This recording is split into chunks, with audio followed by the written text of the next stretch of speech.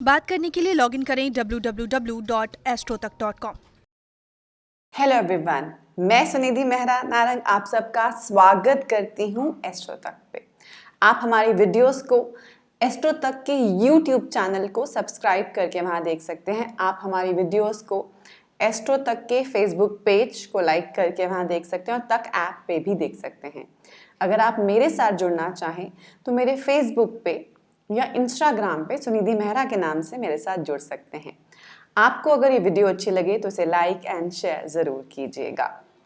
आज हम बात करेंगे 56 भोग के बारे में। आप में से बहुत से लोग भगवान को 56 भोग लगाते हैं और बहुत लोगों ने मन्नत भी रखी होती है कि वो जन्माष्टमी पे भगवान कृष्ण को 56 भोग लगाएंगे या किसी और भगवान को 56 भोग लगाएंगे।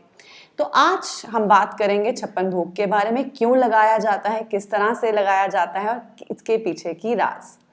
देखिए, जो 56 भोग है, आप बिल्कुल जिन लोगों ने मन्नत रखी हुई है वो भगवान कृष्ण को जन्माष्टमी पे 56 भोग लगा सकते हैं। सबसे अच्छा रहेगा अगर आप भगवान कृष्ण को जन्माष्टमी पे 56 भोग लगाते हैं। अब 56 भोग में आप क्या क्या बना सकते हैं, आपको ध्यान रखना है। अगर आप भगवान कृष्ण को बाल रूप को अगर आप ये लगा रहे हैं, 56 भोग लगा रहे हैं, तो आपको या तो जो आपका वो भोग का खाना है या मीठा होना चाहिए या फीका होना चाहिए, जैसे कि हम बच्चों को देते हैं, या मीठा या फीका। मिर्ची वाला खाना बिल्कुल भी नहीं होना चाहिए। इसमें आप क्या क्या रख सकते हैं, आप शक्करबारी रख सकते हैं, मिठाई रख सकते हैं, मट्ठी रख सकते हैं, बिस्किट्स, बिना एग वाले बिस्किट्स रख सकते हैं, आप जूस रख सकते हैं। आजकल लोग फ्रूटी भी रख देते हैं, पहले लोग फ्रूटी नहीं रखते थे, अब जूस फ्रूटी भी रख देते हैं। आप अलग अलग तरह के लड्डू बना सकते हैं, मेवा बना सकते हैं। और अगर हो सके तो इसमें दूध, दही या खोए की बनी हुई चीज़ों का ही ज़्यादा से ज़्यादा इस्तेमाल कीजिएगा, अच्छा रहेगा। अब जानते हैं इसके पीछे की कथा। देखिए, जब भगवान कृष्ण गोकुल में अपने बाल रूप में थे, उस समय की बात है कि क्या इसके पीछे का राज क्या है, क्यों 56 भोग लगाया जाता है। तो भगवान कृष्ण ने गोकुल वासियों को बोला था, गोकुल वासी जो है हर साल भगवान इंद्र को प्रसन्न करने के लिए यज्ञ करते थे, ताकि भगवान इंद्र उनसे प्रसन्न होकर उनको अच्छी अच्छी वर्षा दे, अच्छी बारिश वहाँ हो और उनका जो काम अच्छा चले, उनकी फसल अच्छी चले, उनको जो दूध दही उनके जो पशु हैं वो अच्छे रूप में प्रदान करें। इसलिए हर साल भगवान जो गोकुल निवासी थे वो यज्ञ करते थे भगवान जो इंद्र देवता के लिए। तो भगवान कृष्ण ने उनको बोला कि इंद्र देवता की तो ये ड्यूटी है कि वो आपको बारिश देंगे।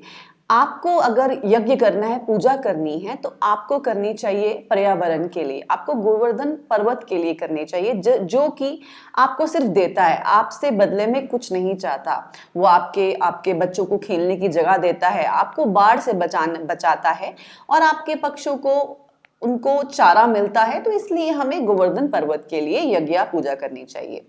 उनकी बात मान के गोकुल निवासियों ने वहां पर यज्ञ पूजा जो है गोवर्धन पर्वत के लिए करवानी शुरू कर दी, इंद्र देवता के बजाय।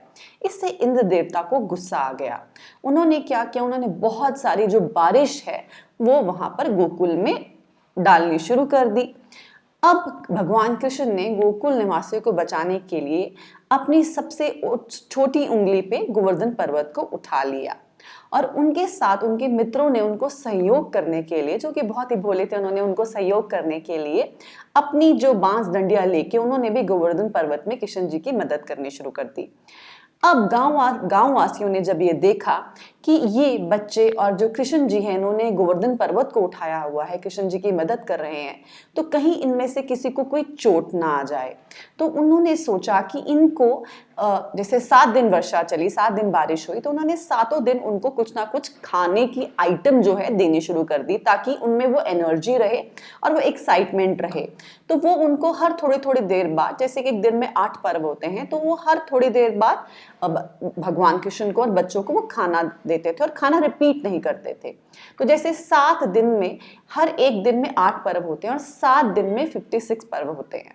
तो उन्होंने बच्चों को 56 तरह का अलग अलग जो है वो खाना खिलाया और इसीलिए इसी तरह से जो ये प्रथा शुरू हुई 56 भोग की, क्योंकि भगवान कृष्ण को और उनके साथियों को गोकुल निवासियों ने 7 डेज के लिए, 7 दिन के लिए जो 56 तरह के जो खाना खिलाया था, क्योंकि हर दिन में 8 पर्व होते हैं और 7 दिन में 56 पर्व बनते हैं। तो उनको 56 तरह का जो खाना खिलाया गया, वहां से ये चीज शुरू हुई और अब लोग भगवान कृष्ण को प्रसन्न करने के लिए 56 भोग लगाते हैं।